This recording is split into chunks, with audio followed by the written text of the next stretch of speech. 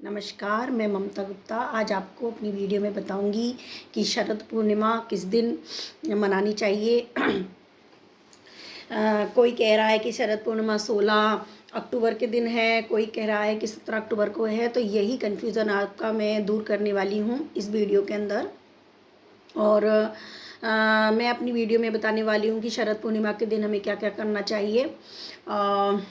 अगर आप मेरी वीडियो पहले शुरू करने से पहले मेरे चैनल पर नए आए हैं तो वो सब्सक्राइब कर दे, बेल आइकन को प्रेस कर दे और लाइक ज़रूर करें, क्योंकि आपका एक लाइक मुझे बहुत मोटिवेट करता है, मुझे बहुत हिम्मत देता है। इसलिए प्लीज़ मेरे चैनल को लाइक करें। तो वीडियो को आगे बढ़ाते हुए मैं बताती हूँ कि इस बार 2024 को 16 अक्टूबर के दिन जो है पूर्णिमा है वह 16 अक्टूबर के दिन शुरू दोपहर बाद शुरू होगी और पूरी रात पूर्णिमा रहेगी। और 17 अक्टूबर को मतलब 16 अक्टूबर से शुरू होकर और 17 अक्टूबर को दोपहर बाद तक रहेगी, मतलब 2-3 बजे के आसपास तक रहेगी।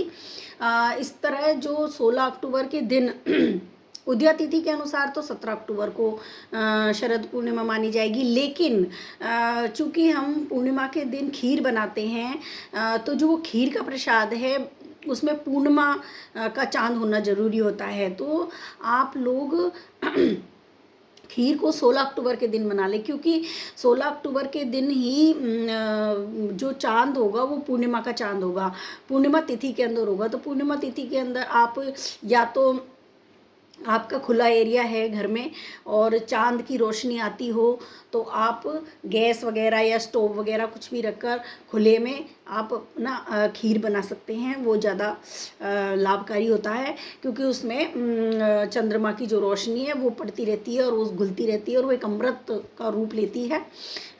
एक बहुत गुणकारी होती है। चंद्रमा की जो रोशनी है वो इस शरद पूर्णिमा की चंद्रमा की रोशनी बहुत गुणकारी होती है। तो इस तरह कर सकते हैं। अगर ये व्यवस्था नहीं है, आपके बंद है मकान, तो आप पहले ही खीर बना लें और बनाकर उसको छत पर किसी ऊंचे स्थान पर रखकर उसको छन्नी से ढक दें, जो जाली वाली छन्नी होती है उससे ढक दें और उस पर रोशनी पड़ने दें। जब वो आधा 1 घंटे 2 घंटे तक उसमें रोशनी अच्छे से मिक्स हो जाए, मतलब अच्छी रोशनी पड़ जाए चंद्रमा की, तब आप उसको ग्रहण कर सकते हैं। इस प्रकार से ये जो शरद पूर्णिमा का जो है खीर का प्रोग्राम खीर है वो बनाते हैं लोग बाग, और उसका बहुत फल होता है इसको ग्रहण करने का। इसमें बहुत आयुर्वेदिक में तो इसका बहुत महत्व बताया है। इससे कई सारी बीमारियों से लड़ने की एक इम्यूनिटी पावर व्यक्ति के अंदर आती है। और इस दिन शरद पूर्णिमा के दिन सुई भी पोई जाती है। हमारे यहाँ पर एक सुई लेते हैं, चंद्रमा की रोशनी में दरी बिछाकर सब बच्चों को बिठा लिया जाता है, बच्चे बड़े सब बैठ जाते हैं और एक सुई लेते हैं, बारीक सुई, जिससे हम मतलब तागा करते, इतनी बारीक सुई होती है वो लेते हैं और उसमें धागा पोया जाता है। ऐसा कहते हैं कि हमारे यहाँ पर ऐसा कहते हैं कि अगर धागे में सुई में धागा पो दिया तो उसकी आंखें तेज हो जाती हैं, रोशनी बढ़ती है, आंखों की रोशनी बढ़ती है। एक एक्सरसाइज है ये। तो वो भी शरद पूर्णिमा के चंद्रमा के नीचे ही वो एक्सरसाइज की जाती है। और जो लोग मतलब, और ऐसी बात नहीं है कि चंद्रमा की रोशनी में हम सुई नहीं पो सकते, पो लेते हैं आराम से, उसमें सुई धागा डाल सकते हैं। बच्चों को एक्सरसाइज ज़रूर कराएं, इससे आँखों की रोशनी बढ़ती है, आँखों की कसरत होती है। और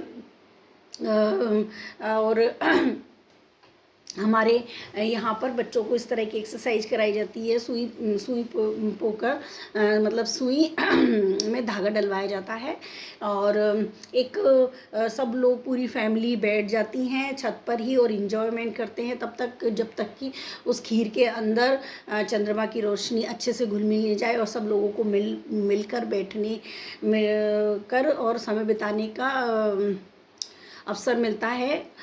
तो एक इसको मतलब एक छोटी तिथि ना मानकर इसको एक ओकेजन के रूप में मनाएं, उस एक सेलिब्रेशन की तरह मनाएं, तो ये बहुत मतलब बहुत ही मज़ेदार इवेंट हो सकता है और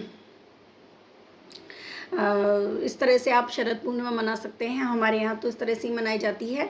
आप लोगों के यहाँ कैसी मनाई जाती है मुझे कमेंट करके बताएं। और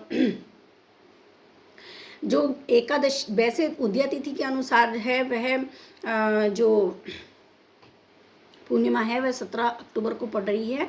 तो अगर उदय तिथि के अनुसार कार्तिक स्नान आप कर रही हैं तो आप 17 अक्टूबर से शुरू करें।